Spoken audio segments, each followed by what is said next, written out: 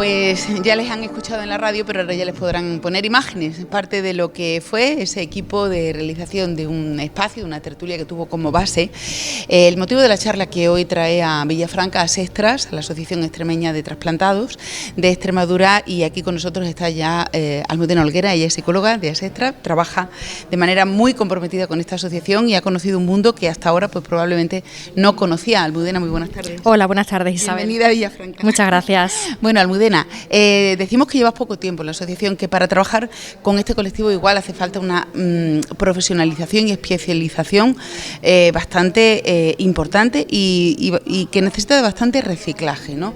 En tu caso, ¿cómo llegas como psicóloga a Sestras y cómo es tu experiencia hasta ahora? Bueno, pues llego en septiembre de 2022 y es verdad que realmente con el colectivo de trasplantados no había trabajado nunca y necesita, bueno, pues un estudio continuo y un reciclaje continuo, porque es verdad que el abordaje psicológico, esa experiencia sí que la traigo, pero analizar y trabajar diariamente con pacientes o bien pretrasplantados o bien trasplantados sí que requiere una personalización y una individualización del paciente muy concreta. Entonces, bueno, pues tienes que ponerte muy rápido al día de lo que supone un trasplante y un pretrasplante, lo que pasa en esos pacientes y, bueno, un estudio constante sobre todo. Estamos hablando de individualización, pero también estamos hablando de un proceso que se extiende en el tiempo, dependiendo de las circunstancias de ese paciente en particular. Y estamos hablando de ese proceso. ¿Cuáles son, por decirlo de alguna manera, las fases importantes, destacadas de ese proceso que empieza con ese pretrasplante, con esa necesidad, con esa patología que hace necesario pues un estudio ya más concreto y ver la viabilidad de ese trasplante? ¿Cuáles son las fases de ese proceso?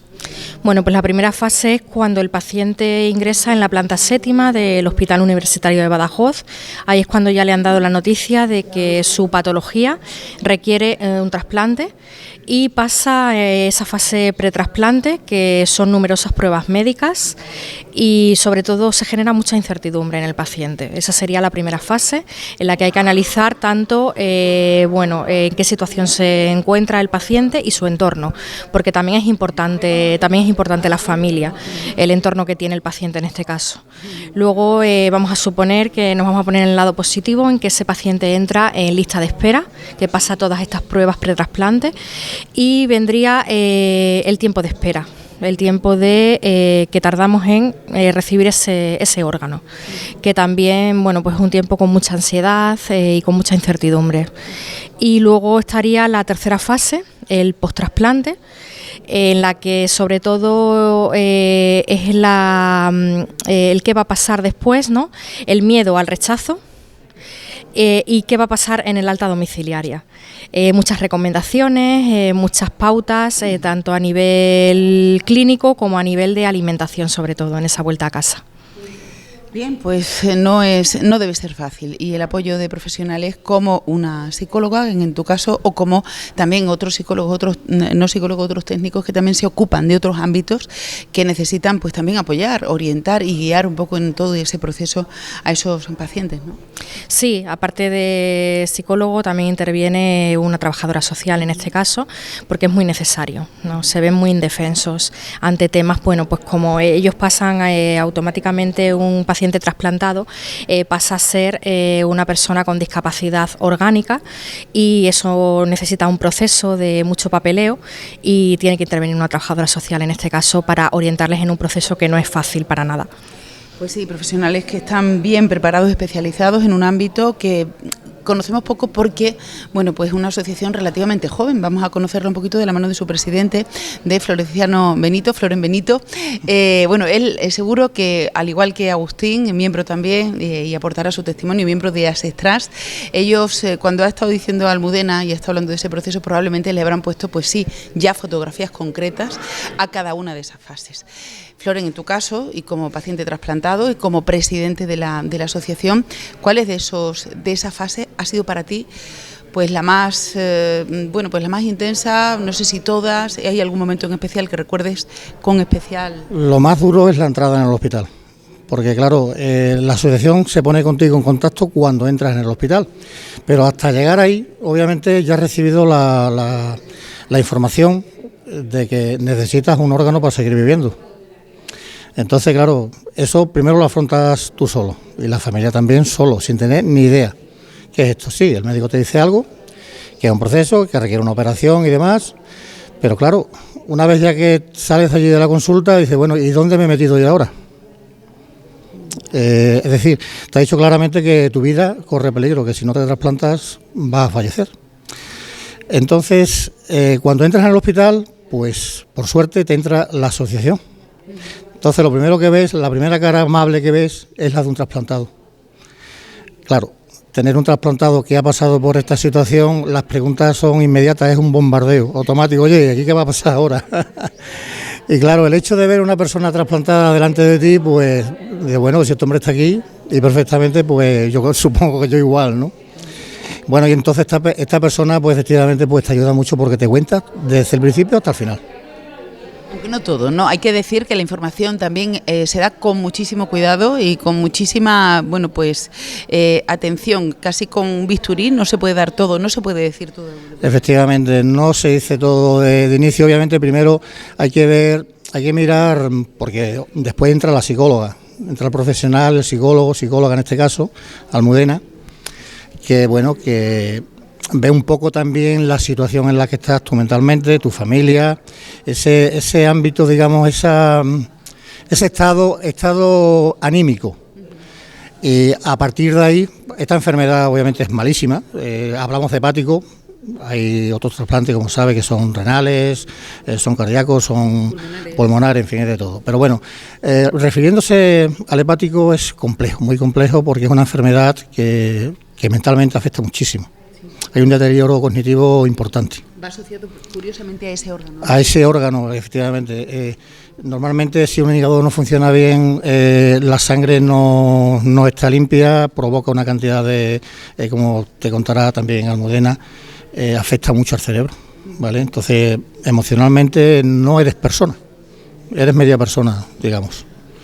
Entonces, claro, a razón también de cómo entre este enfermo, este paciente, pues se toman las medidas oportunas y la información se va dando a medida que veamos también la progresión, porque nosotros no queremos crear unas falsas expectativas, porque hay personas que entran fuertes, otras no tan fuertes, y algunas incluso no pasan el proceso de estudio, porque si el proceso de estudio hay otra patología que no le permite no permite el trasplante, obviamente no se va a hacer, pero nosotros seguimos también ahí apoyando a ese paciente.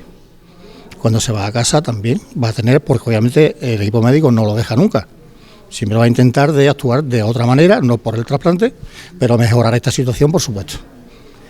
¿Cuándo nace Asextras y bueno, pues cuál es la tarea?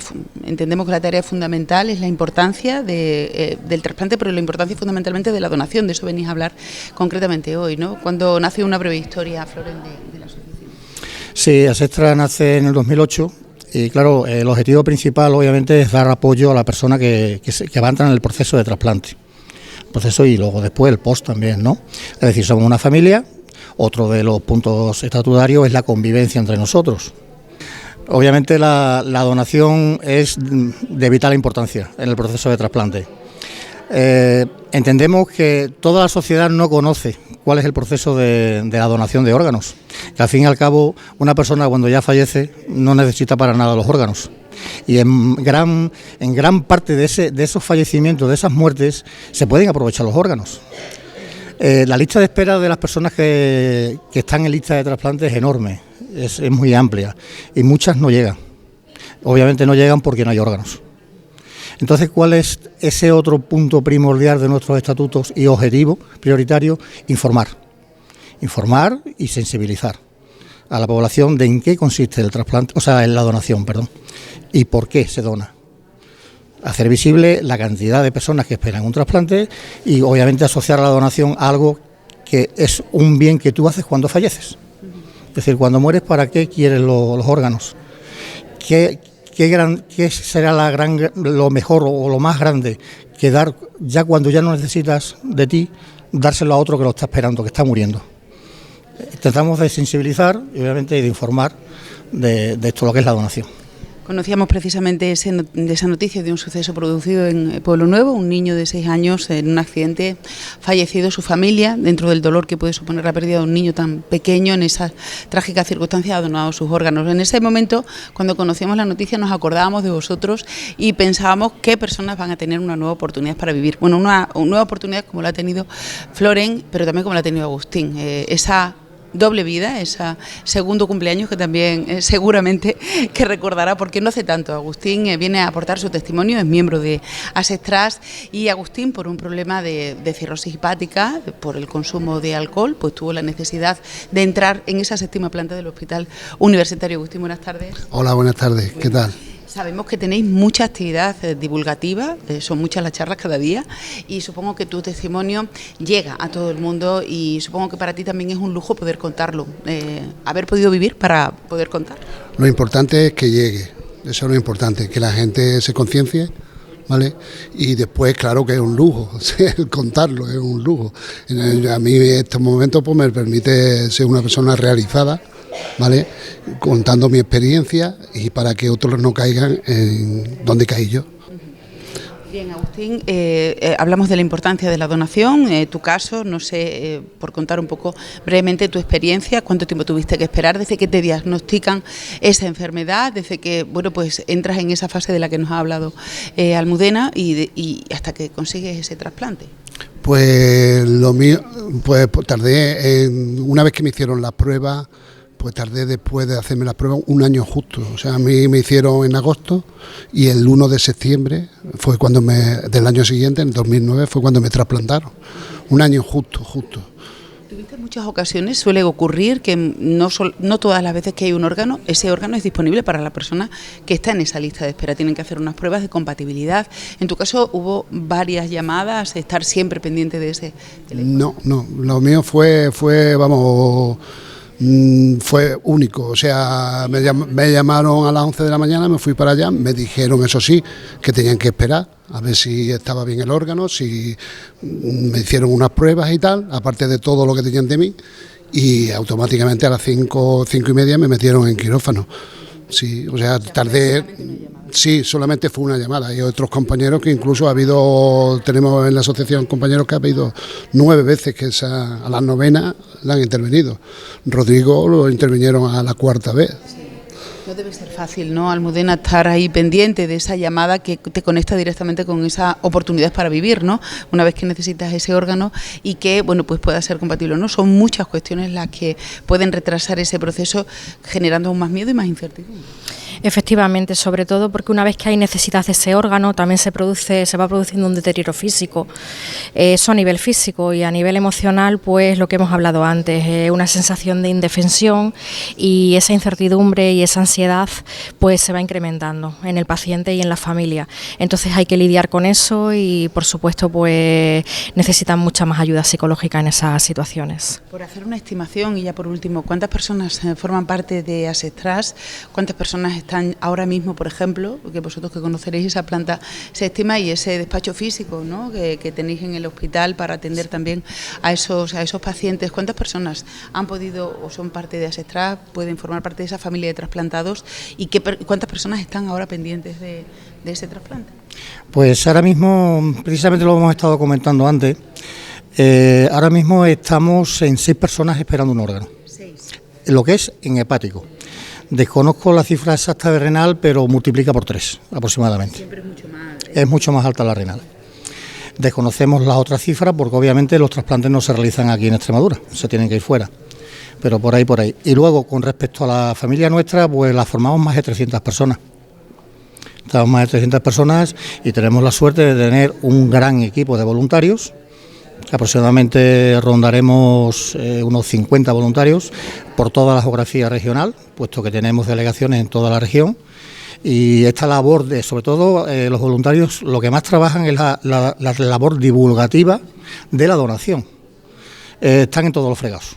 Es decir, allá donde haya gente y se nos pueda dar voz, allá están nuestros voluntarios con nuestro lema: donar es regalar vida, que es importantísimo, porque de esta situación nadie estamos libres. Pasas una analítica y bueno, pues te dicen, escucha, que te tienes que trasplantar. Pero así, en seco y sin anestesia y sin nada. Claro. Luego está la red que ya se ha montado Asestras, ese magnífico equipo de profesionales que junto con los directivos pues se encargan de recorrer la geografía extremeña para hablar de su experiencia, para hablar de esa red de ayuda, de cooperación, de orientación y por supuesto para hablar de la necesidad de donar los órganos. No sé si queréis decir algo más aprovechando los micrófonos Yo nada, simplemente que la gente se haga donante, que es importantísimo. Y creo que hablarlo en familia también es muy importante, ¿no? Sí, esto que se lleve ya comunicado por si en algún momento algo nos pasa. Nosotros en los colegios normalmente les decimos que, vamos, ya de hecho muchos profesores se lo dicen, hoy en la comida pues decís que han estado aquí estos señores y tal y se va a hablar de trasplante. Eso es lo importante, que se hable de trasplante y se hable de donación, porque el órgano no te va a servir para nada una vez que fallezca. Para hablar en familia, bueno, aquí tenemos... Os enseño un carnet de donante. Esto es un carnet de donante, está personalizado a la región, este es el nuestro de Extremadura, es muy bonito. Y claro, es lo que decías antes, que es importante que la familia, no vale de nada si tú te haces el carnet en una de nuestras mesas de información, si tú esto no lo sacas y lo enseñas en casa, que la familia lo vea, que tú tienes voluntad de donar. Para que en caso de que sea... de que ocurriera, vamos a hablar claro, esto realmente no tiene valor legal ninguno. Esto es, efectivamente, decide la familia. Entonces, esto si tú lo tienes porque tienes voluntad de donar. Es tu familia una vez, hombre, si yo tengo esto, el día que yo fallezca va a ser mi familia, si algo se puede aprovechar de mí y mejorar la vida de otra persona o salvar la vida de otra persona, va a ser mi familia, mis hijos o mi mujer, quien sea, que esté, pues va a decir...